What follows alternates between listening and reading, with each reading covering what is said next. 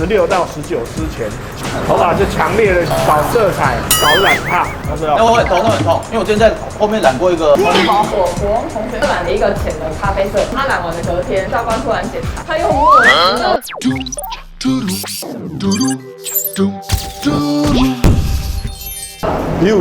YouTube 来了，今天呢跟我的 YouTube 团队一起大家来吃吃喝喝。那当然没有这么容易，要聊一些有关头发的主题，有各年级的代表，6、7、8都有。我们来聊一聊，记得帮我们按赞、订阅、开启小铃铛。好，发镜，我那个年代还有发镜，这个是几年级代表？8年级。7年级在哪边8年级？8年级，八头，那你是83，好了，不管离我们有点遥远。我那个时候它是有规定不能烫、不能染，而且还有长度的限制。可是很奥妙的是，我们那个国中啊，是台北市非常有名升学指标的国中，可是它里面有附设美发部。在国3的时候，我们还曾经去美发部去做烫染。那这样跟发型不是冲突？对，是不是有冲突？所以那时候呢，能不能烫染，还是要看你在那间学校的趴数够不够。是比较大尾的意思，教官不敢动。就是那天可能已经快毕业了，然后关系打得还不错的时候，其实就可以来做这个染烫。我那时候有发镜，到你们的时候已经没有了，我已经没有了。到7年级的时候也没有。有，女生要剪耳下1公分，耳下1公分哦。对，耳下1公分。然后男生就是平头，我记得还不能打层次，就是不能女生削得很像男生。没有我那个时候其实还好，它是不能留太长，然后不能烫，不能染。为了7年级会严格，所以我觉得你就承认你是6年级没有关系。还是你是50的？不是。19岁就面临落发，16到19之前其实是头发就强烈的搞色彩、搞染烫，我觉得也会造成头发加速落发。染过最夸张是什么？那时候染个紫色就已经不得了，但你知道紫色是很难过色，要漂白，要漂，那时候要。我很痛，那很痛，因为我之前在后面染过一个红色的红包啊，过年啊要去要钱啊，新年快乐，红包拿来这样啊。那你有要红包吗？没有，幼儿园是。你到你那个时候也没有发型，没有，我那是大学的时候染，我国中的时候是慢慢的可以有刘海，但是不能染，不能烫。那你知道魔法部其实那时候刚创立的时候，有扣夹式的发片，在屈臣氏有在卖。那时候很盛行买我们这发片，都是一些国中、高中有发镜的学生，尤其是女生，她买来接长，就周末的时候她就把它接长发。我想到我国中同学染了一个浅的咖啡色，他染完的隔天，教官突然检查，然后你知道他做了什么事情吗？他用墨汁，然后整罐去涂，然后弄黑色，效果如何？效果很黑啊，一看就知道是假的。那不会弄到衣服？没有啊，因为有啊，我那时候涂完就是叫他在染。不然以前教官很变态，还会帮女同学剪头发。对，我们也有。会，对。我真的是7年级生哦，要再澄清一下。Really？ 我们那时候抓到是会记过。我那时候是爸妈比较严格，那时候国中吧，很叛逆，就是偷偷烫头发。国3的时候烫完然后都没事哦，没有人发现哦。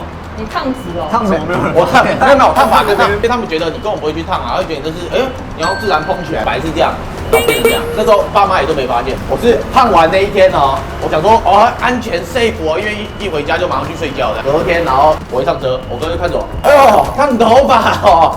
爸妈脸直接像塞饼一样这样看着我，烫头发也是怎样？你这个叛逆是不是？好，你现在这样叛逆是不是？我跟你约法3章啊，你下次期末考没有超过80分。我就把你这个全部剃掉，只留你的刘海。我傻爆眼，我那时候功课是平均只有40分，我那时候以为他是开玩笑的，然后就跟他说好啊，来啊，80就80啊，就考试出来我就40分。一回家，我爸妈是直接看着我，来成绩单来啦 ，OK， 过来坐着。我爸妈就真的直接这样把我全部撸掉。我爸在旁边这样。是很流行玉米须，就当你头发少的时候。扁它的时候玉米须，对，或者是都弄一个所谓的发根烫。高中那时候，其实我就已经去那种高档沙龙，剪一颗头可能要1、2千块，在当时极尽的去玩这些造型，蛮叛逆的。对，但是没有多久就跟那些发型师 say goodbye。那你国中那时候发镜是完全没有了吗？国中没有发镜，所谓没有发镜是你要留长发也可以。可以啊。真的假的？我有个朋友染白头发，灰白色的头发，可是国中的审美观就没有很好，然后大家都觉得很丑，他觉得很帅，然后教官就每天没有跟他说叫他染，他说这样真的不好看。发镜那时候对我们来讲影响很大，其实对心理影响很大，会觉得这头发怎么会这么惹人厌？因为它限制它一堆东西。对，这个长大之后，当你想要造型的时候也没得造型，所以真的不需要有发镜。其实到目前为止还是有学校有发训，私立学校。丽人国小、国中，对啊，他们就有发训，所以国小剃平头就这样子，就是很严格，他们对头发要求很高。可是如果要维持平头，不是要硬剃吗？这样不是反而会花更多时间？对啊，他们就喜欢这样。我哥那时候还有检查，每个月不是都去申请，教官一般这样，对啊，给教官室报道，就像当兵一样。重点是他只是这样，然后变这样。我反正高中要考那个学测的时候，那时候很多人为了要认真读书，然后反而就剃平头、剃光头。哎，我没有然后在全班剃，全班男生都剃。我记得那个运动员比较会打篮球、游泳也是。打篮球有些是被逼的，我们学校那个是被逼的，高中的，就是全校都是有头发，然后很长这样，然后就看到一群人突然走出来，就是我靠，体育班的。游泳听说剪平头比较没阻力。我以前染头发都是因为我妈都在家自己染，然后有白头发就染，然后我都是拿她那个剩下的染剂，然后这样漂个2下，漂2下。也是有点叛逆嘛。没有，你知道那时候为了省钱用什么染？你知道吗？双氧水。那我会双氧水自然不褪色。可是那个头皮不是会受伤吗？会不会这个有关系19岁，也有可能。会不会也是这个害的？双氧水，你这样一讲就有可能，双氧水真的会褪色。这可能不是消毒的。所以 YouTube 有可能16到19太叛逆了。会漂白，哎，漂白，漂白。我学姐讲话。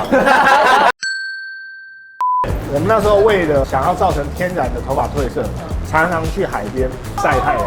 晒太阳有差，晒太阳的头发会变淡，好像会。紫外线会破坏你的色素。以前有发型的时候，为了要染色，我们常常去买那种喷的，有颜色的，有颜色的，直接喷上去。那时候服装也会规定，服装有裙子不能太长，差不多到膝盖嘛。然后同学就会这样卷，对对然后或者是衣服，然后裤子就要改窄。 YouTube 有吗？有啊，西门町定做的，对啊，一定都要去西门町但是都有改哦，我是高中才这样的。改是比较克难啦。行情好一点是定做 tailor made， 所以那时候我就量身克制，先从服装开始，现在已经到极致，对，头发都量身克制。发品也是与时俱进，那时候是法力香啊，法蜡就是浪子高，在当时。知道浪子高的，请在浪子下面留言。高是哦。我们是 Gatsby，但我爸那个时候还有一个叫宾士牌的，长得像冰丝吗？可以 Google 一下。每一年每个时期在流行的都不同，不过我们这年代到小哥那年代，它流行又不一样。小哥那个年代的话，应该什么都可以留了。现在就是这个年代啊。他那个跟染烫都不稀奇，可能剪个光头又带回来了这样。但光头在亚洲真的比较少人剪，好看的没几个啦。通常都感觉有点比较不是那么适合，没有精神这样。对，还要搭配身材而且那种光头有些剃的太白，就是不够光，然后白白那种很像造型，就是那种刚退伍。现在当兵也没有剪成那样子，没有剪到整个大光嘛，没有哎，我那时候剪这样哎。大光哎，有。我在外面剪这样啊，然后进去就没了。 YouTube 那时候也是这样剃的，也是啊，剃那个很痛哎。他乱剃啊，他乱剃啊。他那个刀子一次剃几百个，然后都很烫，然后就已经很不利，他就这样硬敲，你们这样会不会头皮感染啊？没有，他没有在管的。就是弄完还会拍你头说下一个。对我们这种头发少的人，其实他有一个困扰是胡子，所以那时候当兵要剪大胡子，白天才刚剃完胡子，下午就长出来，又被抓又被念，有检查指甲吗？没有。指甲我没有。我没有哎，他会这样全部站起来，然后翻头，然后你就看到男生哦，这样，很像有限定姿势啊，你就会看到那个每个人都变八爪兽这样。今天聊得非常的愉快，有关于我们那个年代的发镜，我们那个年代的发镜，还有我们这年代的发是一型个交叉，是一个交叉。所以其实回忆起来也蛮有趣的。那不过在这还是要奉劝各位不要过度的去染烫，其实会伤害头皮、伤害发质，所以要适可而止。